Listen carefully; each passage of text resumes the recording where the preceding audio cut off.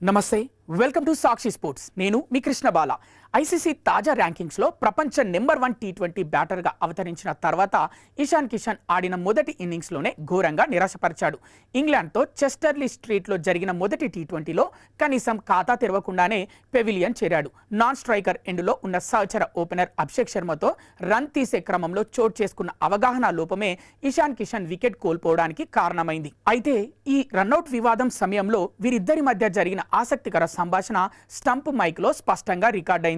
అందులో ఇషాన్ కిషన్, నా కాల్ కదా, నువ్వెందుకు పరిగెత్తలేదు అని అభిషేక్ శర్మను ప్రశ్నించడం వినిపించింది. టాస్ గెలిచిన భారత్ మొదట బ్యాటింగ్ ఎంచుకుంది. అయితే ఇన్నింగ్స్ 2వ ఓవర్ 4వ బంతికే సంజు రూపంలో భారత్ తొలి వికెట్ కోల్పోయింది. ఆ షాక్ నుంచి టీమిండియా కోలుకోకముందే మరో బంతి వ్యవధిలోనే ఇషాన్ కిషన్ రన్అట్ అయ్యాడు. ఇన్నింగ్స్ 2వ ఓవర్ చివరి బంతిని మిడ్ వికెట్ దిశగా ఆడిన ఇషాన్ కిషన్ ఓ సింగిల్ తీసేందుకు ప్రయత్నించాడు. అందుకోసం అతను చాలా త్వరగా స్పందించి సగం పిచ్ వరకు వచ్చేశాడు. కానీ బంతి వేగంగా ఫీల్డర్ చేతిలోకి వెళ్లడాన్ని గమనించిన అభిషేక్ శర్మ పరుగుకు నిరాకరించి ఇషాన్ను వెనక్కి వెళ్లాల్సిందిగా గట్టిగా వారించాడు. దీంతో ఇషాన్ తిరిగి క్రీజులోకి చేరుకునే లోపే England wicket keeper Jos Buttler బంతిని అందుకుని వికెట్లను గిరాటేశాడు. ఈ రన్అట్ను నిర్ధారించడానికి అంపైర్లు థర్డ్ అంపైర్ సహాయాన్ని కోరారు. ఆ సమయంలో పిచ్ మధ్యలో నిలబడిన ఈ ఇద్దరు బ్యాటర్ల మాటలు స్టంప్ మైక్ ద్వారా బయటకు వచ్చాయి. మొదట ఇషాన్ కిషన్ తీవ్ర అసహనంతో, నా కాల్ కదా, నువ్వెందుకు పరిగెత్తలేదు అని అడిగాడు. దానికి అభిషేక్ శర్మ స్పందిస్తూ, ఏం చేస్తున్నావు భయ్యా, కనీసం బంతి ఫీల్డర్ను దాటనివ్వాలి కదా, సరే ఇప్పుడు చెప్పు, అవుటా నాట్ అవుటా, నీకేమనిపిస్తోంది అని అన్నాడు.